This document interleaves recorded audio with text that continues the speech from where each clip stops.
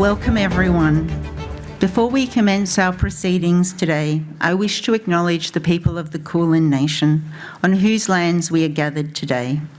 I pay my respects to their elders, past and present, and to the traditional owners and elders of the lands and waters wherever you are all located today. We do have some guests who have not been able to join us due to the collision of COVID and flu season, and we will be providing a recording of today's events to them. Of course, this is our favourite event. It is an absolute pleasure to welcome you back to Monash for this annual occasion. You are all incredibly special to us. I will mention a few particular guests. Our Provost and Senior Vice President, Professor Sue Elliott AM, who is representing the Vice-Chancellor today. Unfortunately, Professor Margaret Gardner is one of the people experiencing ill health. We also have with us today former Vice-Chancellor of Monash, Emeritus Professor Peter Davell, AO. With us is the Chair of our Campaign Council, Mr. Roger Gillespie, OAM, and Mrs. Leslie Gillespie, OAM, who is Campaign Council Patron. Welcome also to Mr. David Lee, AM, who is a member of the Monash Campaign Council, and to Mrs. Angela Lee. Also welcome to other members of the Monash Senior Leadership Team, and to our distinguished guests, one and all. My name is Suzanne Williamson. I'm Interim Chief Philanthropy Officer.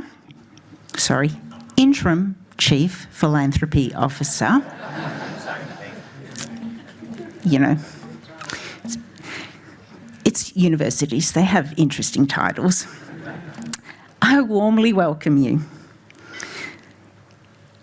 I am particularly delighted to be able to welcome you to this beautiful venue, the refurbished Ian Potter Performing Arts Centre, which I'm sure you will all agree is a fitting centrepiece to our Clayton campus and a thriving heart sub for South East Melbourne. I would also like to acknowledge the contribution of the Ian Potter Foundation in bringing this splendid facility to this area. At the conclusion of the lunch, you will have the opportunity to take a tour of this wonderful facility, which has some of the finest sound technology and acoustics in the country. I encourage you to take that opportunity. As I mentioned, Professor Margaret Gardner is not able to join us today, and she sends her warmest best wishes. She thoroughly enjoys hosting these events. However, Professor Sue Elliott will ably step into her place. I will also send, at this point, best wishes for a speedy recovery for our guests who are also not able to join us today. Finally, and most importantly, we are here to thank you and recognise our generous supporters who've made a decision to leave a gift in their will to Monash. Your help will ensure that we can support future students and world-leading research programs. You are helping Monash to make a meaningful impact on the wider community. I will shortly be inviting Professor Sue Elliott to speak to you. Following her address, we will have the pleasure of hearing from students from the Sir Zelman Cowen School of Music and Performance, who will share their stories and experience. Professor Margaret Barrett, head of the Sir Zelman Cowen School of Music and Performance, will lead the Q&A. We will be taking questions from the floor. In the spirit of lively inquiry, I will be expecting a question from every table. A little advance notification. Please enjoy your lunch and each other's company, and I will be back at around about 1 p.m. and will make every effort to keep us to time. Thank you again. Enjoy your lunch.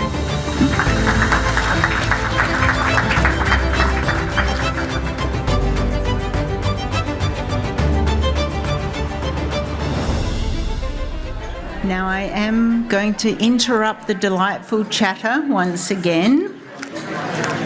I hope you've had a chance to enjoy your meal and each other's company, and if you are still enjoying your lunch, please feel free to continue eating. It is my great pleasure to introduce our Provost and Senior Vice President, Professor Sue Elliott, to say a few words. Thank you, Sue.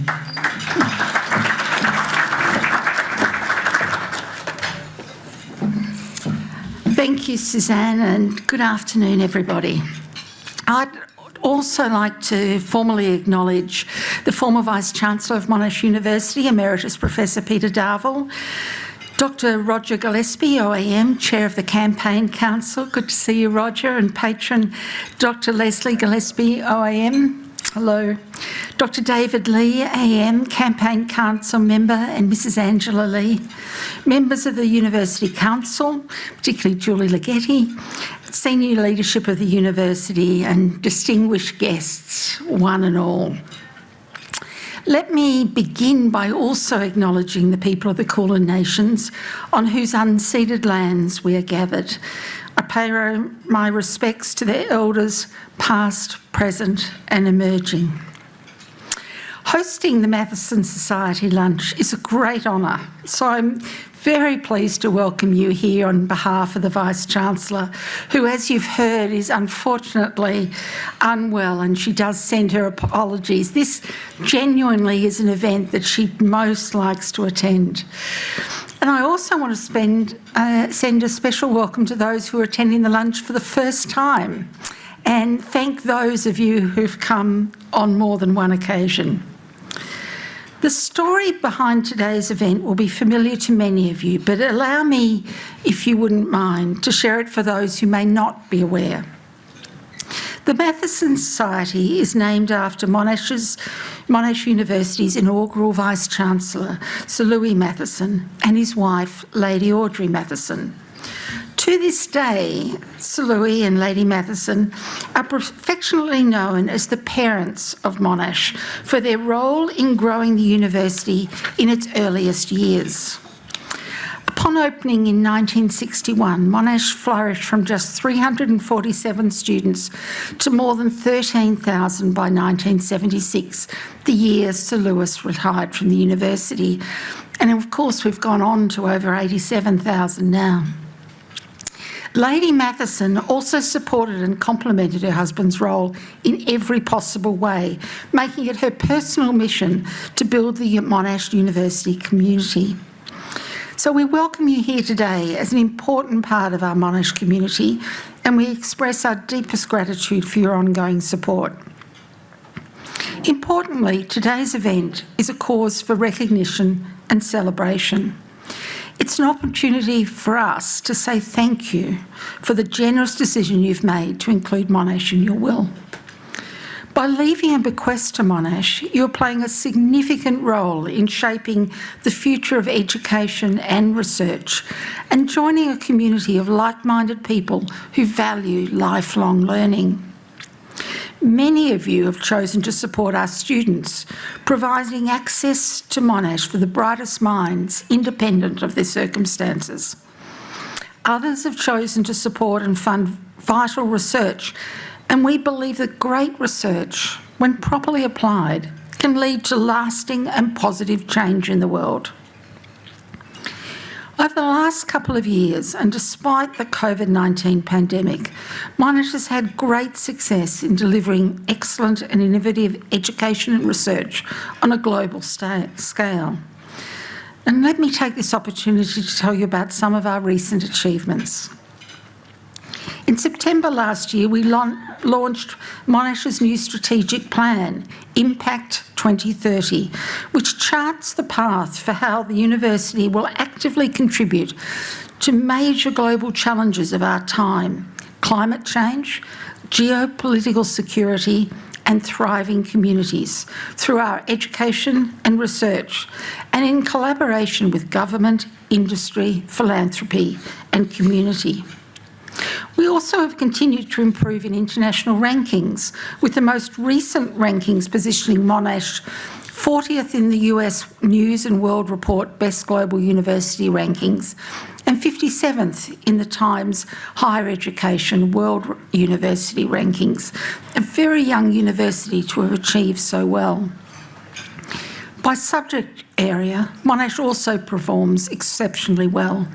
In the 2022 QS World University Rankings by subject released last month, Monash ranked in the top 100 in 46 out of 51 subjects. Most notably, and I know we've got proud alumni here, most notably Monash ranked #1 in the world in pharmacy and pharmacology. This is the first time any Australian university has ranked first in the world in any discipline.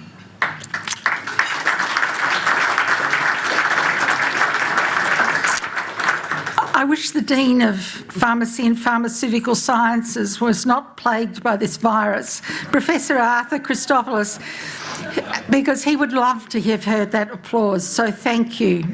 Because this remarkable result is a testament to his leadership and the commitment and dedication of all faculty staff. I'd also like to give a very special mention to Alistair Lloyd, who's also with us.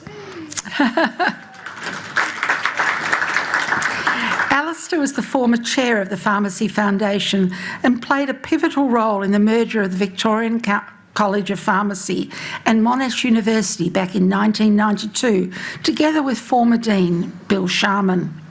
It was Bill and Alistair who said they wanted to be #1 in the world, and many people laughed at them. Without their dedication, this would not have been possible, so thank you, Alistair.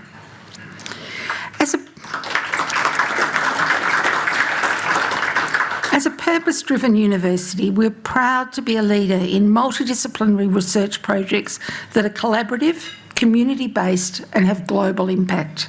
For example, we have the first Australian COVID-19 mRNA vaccine candidate developed by the Monash Institute of Pharmaceutical Sciences and was being successfully manufactured last year by Melbourne-based company IDT, and phase 1 clinical trials are to be conducted by the Doherty Institute in the coming months. Before I hand back to Suzanne, I'd like to acknowledge Mr David Lee, after whom the Sound Gallery within the Ian Potter Centre for Performing Arts is named. We're really pleased, David and Angela, that you're here today with us. David is an accomplished musician. I'm not going to ask him to come forward, don't worry, David, and a leader in bringing Australia and the world together through the universal language of music, arts and education. He is also one of Victoria's leading arts philanthropists and cultural ambassadors.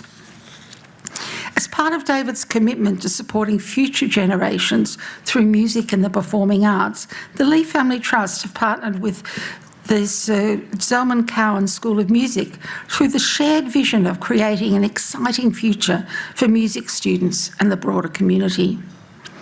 And we look forward to hearing from our talented performing arts students shortly as they share their stories and experiences in a Q&A with Professor Margaret Barrett, head of the Zelman Cowen School of Music and Performance. By supporting Monash, you are helping to preserve and extend important work such as the projects and initiatives I've mentioned today. You're also creating extraordinary opportunities for future students, for our staff and our researchers. So on behalf of Monash University and the Vice-Chancellor, let me extend my sincere gratitude to you all once again for your ongoing generosity so that we can continue to achieve excellence in all that we do today and long into the future. Thank you very much.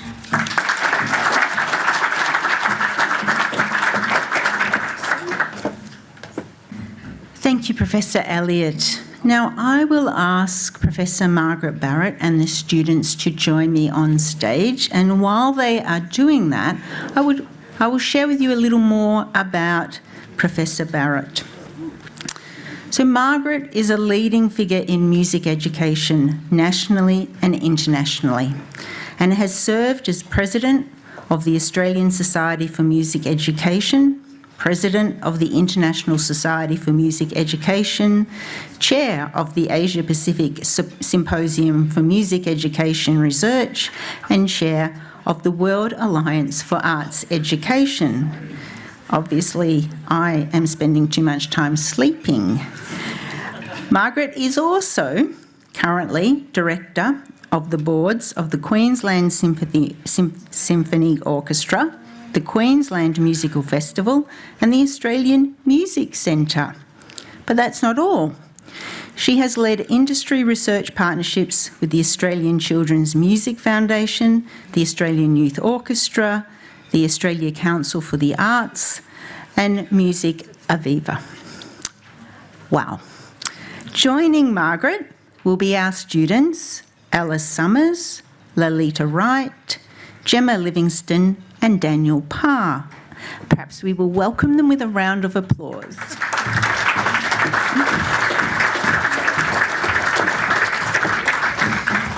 So Margaret will lead a conversation with the students, and then, as you have been forewarned, there will be questions from the floor. Thank you. Thank you very much. And welcome everybody. Thank you for your attendance and attention. I'll begin by acknowledging the traditional owners of the lands on which we're meeting, the people of the Kulin Nation, and pay my respects to elders past, present and emerging. We have 10 minutes and 4 very communicative students here. So I'm just going to give you a little bit of an insight into the ways in which the generosity of donors have impacted the lives of students in the Sir Zelman Cowen School of Music and Performance. What's really interesting with every single one of these students is they're all doing a double degree. So double degrees with music and the arts, music and science, and music and commerce. And that's one of the unique features about Monash. And I think it actually creates a student body in music that has an outward-looking focus, a collaborative focus, because their music study is enriched by other disciplines, and there is conversation back and forth between those disciplines. But enough from me, and I'm going to launch into some questions. And first of all is Gemma, who has in her 4th year of a Bachelor of Arts and a Bachelor of Music, majoring in theatre. Now, a feature of Gemma's work has been to participate in the Jean Pratt Artist in Residence program. So my question to you, Gemma, tell us about that program and what happens. So through there was a bequest that was given, and it was focused on musical theatre. And over the last 2 years, being held here at Monash Performing Arts Centres, there's been a series of masterclasses and workshops that have been separate to our core curriculum. And as someone who's studying theatre and someone studying classical voice, I don't often get to combine those two interests, and it's been really special to do that. So one of the workshops I took place in last year was called From Pitch to Performance, which is a songwriting workshop series with Eddie Perfect, who has written musicals for Broadway and things like that. And I'd actually never written music. I was not a composition student, and so through this series of workshops that we did last year, which unfortunately some of them were on Zoom, but I learned how to write musical theatre and wrote a song, and the whole purpose of it was to be given a pitch where we would in a professional commercial setting would write a song for an animated feature film was what we had done, and then we were to write it and to get feedback on it, to then go back and rewrite it, get more feedback, and then through a series of these workshops we then were going to get to perform it. Unfortunately, we did not perform it because a lockdown got us. Literally, the lockdown order was announced for 6, you had to be home, I think it was going to start at 8 p.m. that night, and we were told you had to leave campus by 6 p.m, and we had a rehearsal that was going to start at 5, and we're we're just going to sing on stage, and we're in the Alex, and we're just going to do it for an hour, and then we're going to leave, and we'll get to have this experience. And that was phenomenal, just to get to be on the stage, to perform the song, which had been the first time I had sung on a stage in a couple of years maybe because of COVID, and I had met Daniel through this workshop, and we have actually gone on to work together and write a musical that actually debuted on campus a little bit earlier this year.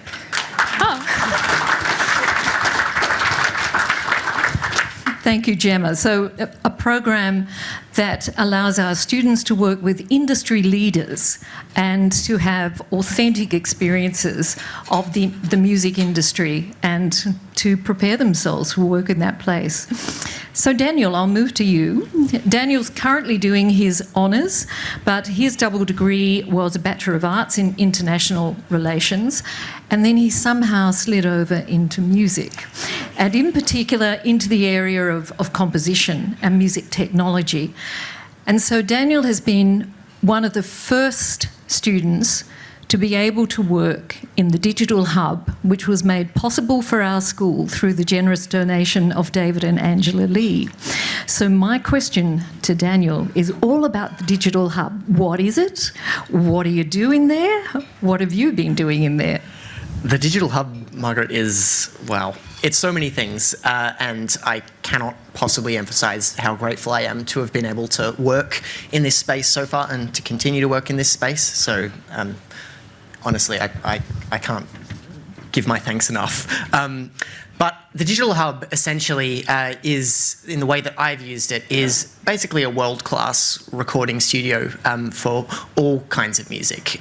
It's situated just above our large music auditorium in the music school over that way, and basically that situation means that we have the ability to record basically an ensemble of any size, and so for composition students like me who are writing music for a whole bunch of different types of instruments and ensembles and people, that kind of versatility and capability is really fantastic. The other dimension of my work is also working collaboratively with regards to composition, and the flexibility of that space and all of the equipment that we have available to us means that collaboration can happen really effectively in that space, which ultimately I think is one of the most important things about making music, is making it with other people. So that's a very small summary of what this space it possibly does and what it's allowed me to do, and I think it's going to be crucial in the years going forward with allowing music students to explore fascinating new possibilities with their music. Thank you, Daniel. And now Ella. So Ella is in her third year, majoring in classical violin and microbiology. So that's a fascinating mix. And Ella, you've also received the Vice-Chancellor's Scholarship for Excellence. So could you tell us a little bit about what that has made possible for you and your work? The scholarship's been amazing. Thank you all so much, and whoever's contributed to that. I got it. It came through, I think, last week, and there's always, this sigh of relief and this, massive smile it brings on, because it allows me to not work crazy hours to afford to live in the city, because I'm not from the city either, and study at university full time, do all my practice. It allows me to, I play in 4 bands outside of uni, so it allows me time to do that. And those are really crucial opportunities, playing with other people. You don't get paid particularly well for them, unfortunately, but they're really crucial opportunities in the music performance world, is just getting to know people and getting out there. So it gives me time to do that. So yeah, thank you. Wonderful. And finally, a quick introduction to Lali, who is a Bachelor of Commerce majoring in econometrics and a Bachelor of Music student. And Lali has a sort of enviable list of awards beyond the Vice-Chancellor's Concertmaster Scholarship. She also has the Anna Shamil Memorial String Prize. So could you tell us a little bit about your work, and particularly what does the Concertmaster involve?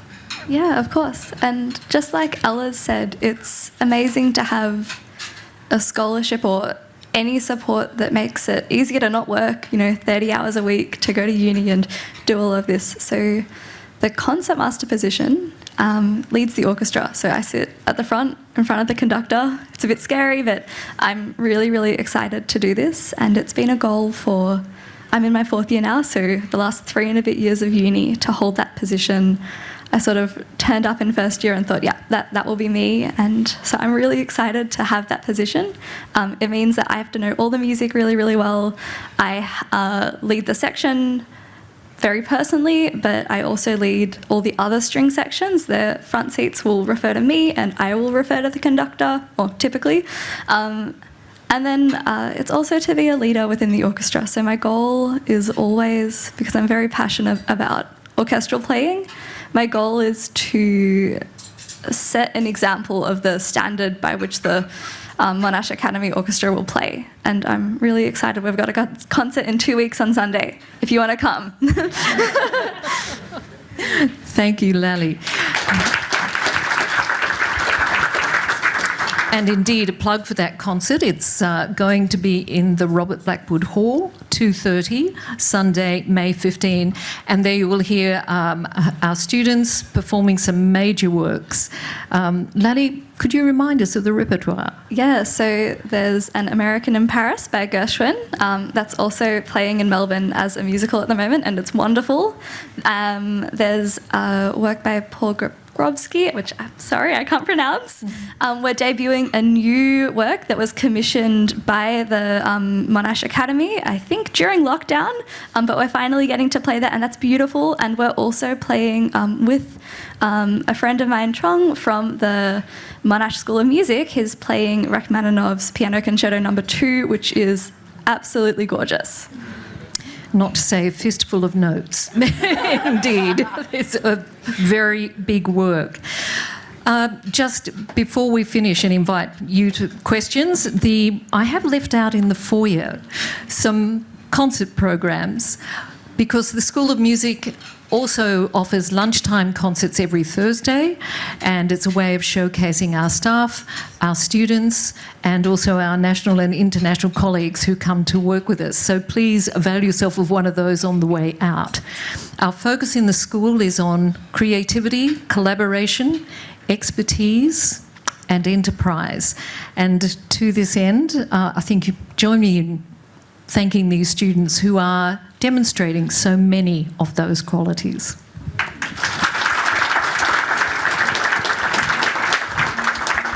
Thank you very much, Margaret, Ella, Lali, Daniel and Gemma. Now over to you. I will take 3 questions from the floor. Who is going to be the brave first person? You only have to put up your hand. Thank you. It looks like John is going to lead us off. Thank you. We're music lovers, and we're very involved with ANAM, the Australian National Academy of Music at South Melbourne, which is achieving wonderful things. I wonder if any of you have concert performance as your goal, and perhaps whether ANAM appeals, because we always see where the ANAM students come from. It's Australia and New Zealand, but are any of you, or is the school linked in any way to ANAM, or does that include your ambitions? I might take this one. So my goal is to play in an orchestra. That's my passion. It always has been.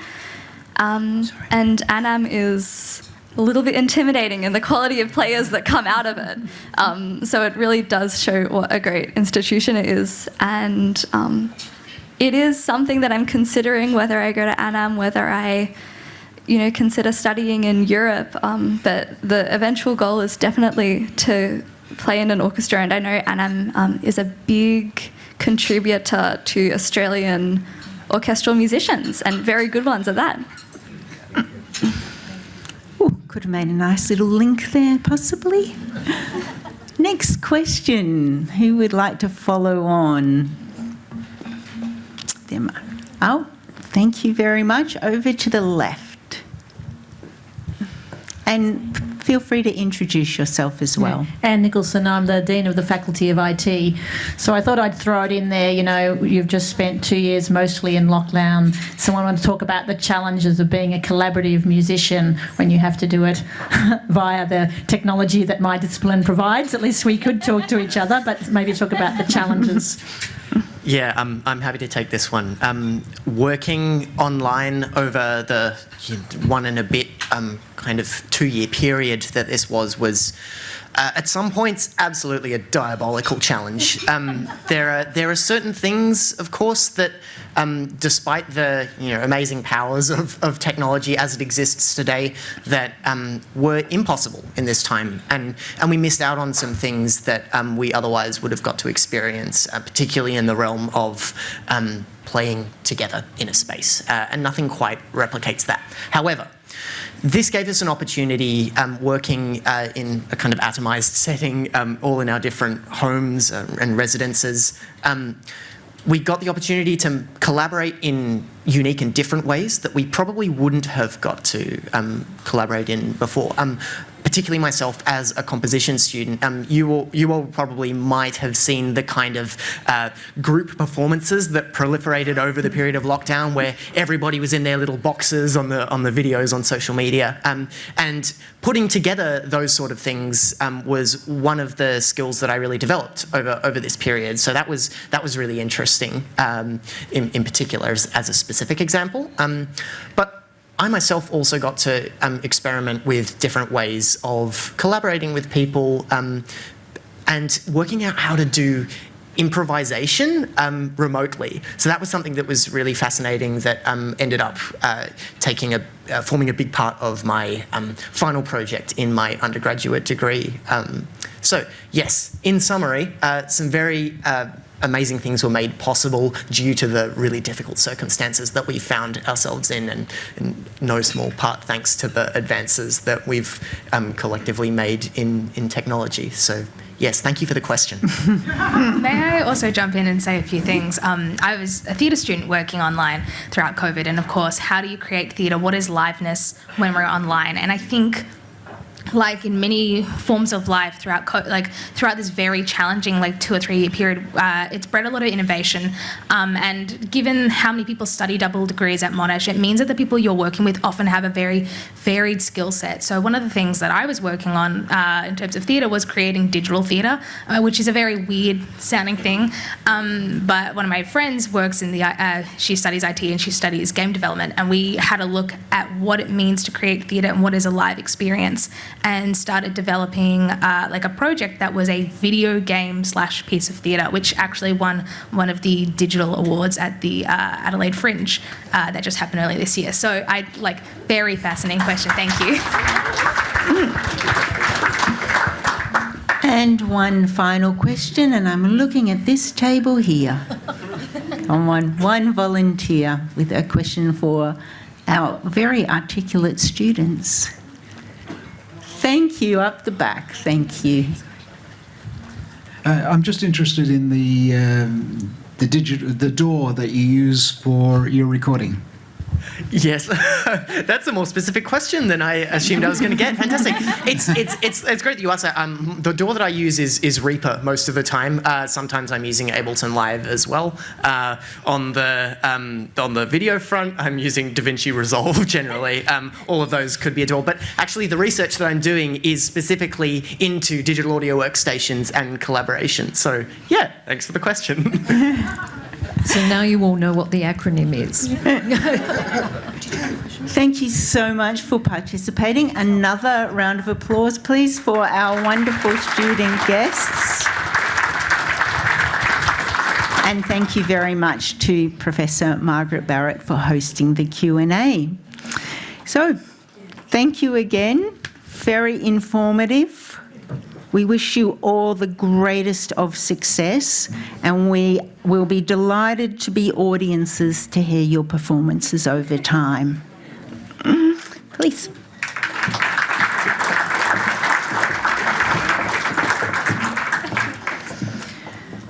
So that does conclude the formalities. We're not quite on time, so this will be the last time I'm given the MC gig. We're now at 5 minutes to 2, so I'm going to beg your indulgence because I think we're having a lovely time. So we are going to serve desserts now, and while we would, under normal circumstances, be heading off on a tour, we're just going to hold on that for another 15 to 20 minutes so that you can enjoy dessert, tea and coffee, each other's company, which of course is the fun of getting together. And then at about 2, 2:15, I'll pop back up here and talk you through how to get involved in one of the tours. Thank you so much for your attention and patience. Enjoy a little more of each other's company, and I'll be back in about 10 or 15 minutes.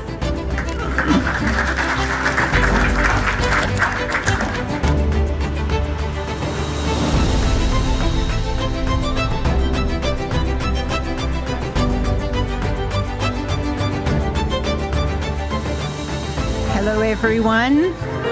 That is the 15 minutes and a little bit. So, if you would like to join a tour, I really feel like what you'd really like to do is remain here for the rest of the afternoon, having a lovely chat.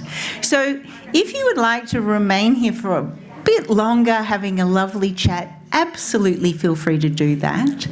If you would like to join some of our wonderful Performing Arts Centre staff for a behind-the-scenes tour of the wonderful facilities here, feel free to make your way back out into the foyer at this point. So a couple of useful housekeeping things. Do take your bags and coats with you at this point, and the bathrooms are out in the foyer and to the left, just in case you need to do that before you head off. I should have mentioned the housekeeping right at the start. It has been an absolute pleasure to host you today. Thank you for joining us. Thank you for making a legacy gift. If you are considering a bequest commitment, I encourage you to do so, confident that you will be contributing to a more positive future.